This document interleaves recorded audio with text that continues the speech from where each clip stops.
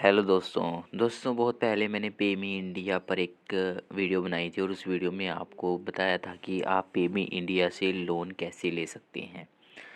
इसे लोन लेने का उसमें प्रोसेस आपको बताया था उस वीडियो में, और ये भी दिखाया था कि हम कितने लोन के लिए एलिजिबल थे।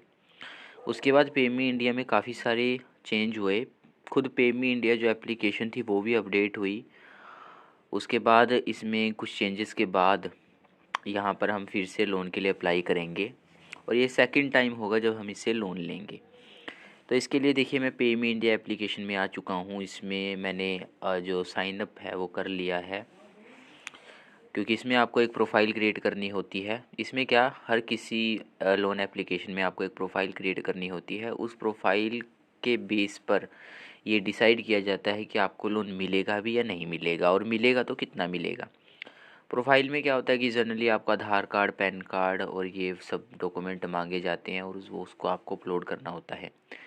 जो वो वाला प्रोसेस है, आप मेरी दूसरी वीडियो जिसमें मैंने पेमी इंडिया से पहले लोन लेकर दिखाया था उसको देख सकते हो, लेकिन इसमें मैं आपको सेकंड लोन के लिए अप्लाई करके दिखाने वाला हूँ। तो देखिए, एक बात हमेशा याद रखिए कि लोन और क्रेडिट लाइन में एक अंतर होता है। लोन का मतलब होता है कि आपने किसी एनबीएफसी से या बैंक से लोन लिया, उस लोन की ईएमआई को आपने चुका दिया, और ईएमआई भरने के बाद, सारा लोन रीपे करने के बाद, आप फिर से लोन के लिए जब अप्लाई करते हैं तो आपकी जो आपको लोन अमाउंट हमेशा बढ़ के मिलती है। लेकिन जो दूसरी तरफ क्रेडिट लाइन होती है, क्रेडिट लाइन में आपको एक फ़िक्स क्रेडिट लिमिट दी जाती है, जिसको कि आप अपने बैंक में भी ट्रांसफ़र कर सकते हो, और उस बैंक में की गई लिमिट, उस लिमिट को आप यूज़ करते हैं, और उस लिमिट को यूज़ करने के बाद उसको दोबारा से पे कर देते हैं इंटरेस्ट के साथ उस एनबीएफसी या बैंक को। तो ये क्रेडिट लाइन होती है।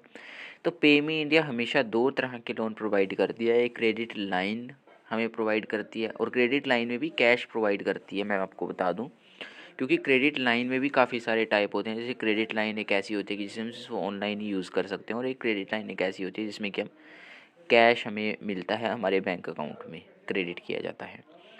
तो पेमी इंडिया से हमें जो मिली है वो क्रेडिट लाइन मिली है, और इसको लेने के लिए आपको प्रोफाइल बना के फिर आपको बताया जाएगा कि आप कितनी क्रेडिट लाइन के लिए अप्लाई जो है एलिजिबल हो, और उस फिक्स क्रेडिट लाइन को हम हर महीने अपने बैंक अकाउंट में ले सकते हैं। उसके बाद जब हम उसको यूज़ करते हैं तो उसके बाद हमारी जो क्रेडिट लाइन है उसको, उस क्रेडिट लाइन की लिमिट को इंक्रीज़ किया जाता है।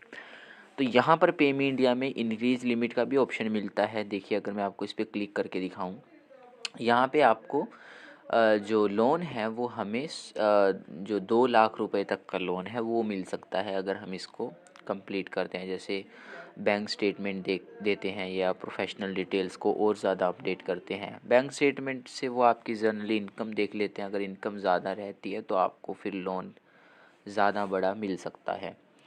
तो हम यहाँ पर अवेलेबल लिमिट में से ही अप्लाई नाउ पर क्लिक करेंगे, और यहाँ पर लोन टाइप चूज़ कर लेंगे। लोन टाइप में आप देखेंगे कि यहाँ पर हमें क्रेडिट लाइन दी जा रही है कैश के साथ। अगर यहाँ पर लोन टाइप में लोन होता तो हमें लोन दिखाया जाता, और लोन की हमेशा ईएमआई होती है, जबकि क्रेडिट लाइन की ईएमआई नहीं होती, बल्कि एक ख़ास टाइम मिलता है, और उस ख़ास टाइम के अंदर ही उस क्रेडिट लाइन को यूज़ करके हमें रीपे करना होता है। जैसे इसमें मैं आपको दिखाऊंगा, इसमें हमें लोन की अमाउंट चूज़ करनी है। जैसे हमें 4000 चाहिए। इसमें कैलकुलेशन हम देखेंगे। कैलकुलेशन में आप देखेंगे कि इंटरेस्ट आपको 0.1% के हिसाब से पर डे के हिसाब से देना होगा। प्रोसेसिंग फ़ीस 200 रुपीज़ लगेगी, और उस पर जीएसटी भी होगी 36 की। तो टोटल जो प्रोसेसिंग फ़ीस है वो आपकी 236 रहेगी, और जो क्रेडिट होगी अमाउंट वो होगी 3764 रुपीज़। और जो रीपेमेंट की डेट यहाँ पर रखी गई है वो रखी गई है 10 तारीख तीसरा महीना 2023, यानी 10 मार्च 2023 की रीपेमेंट डेट रखी गई है। और आज का जो दिन है वो है 31 जनवरी, 31 जनवरी है।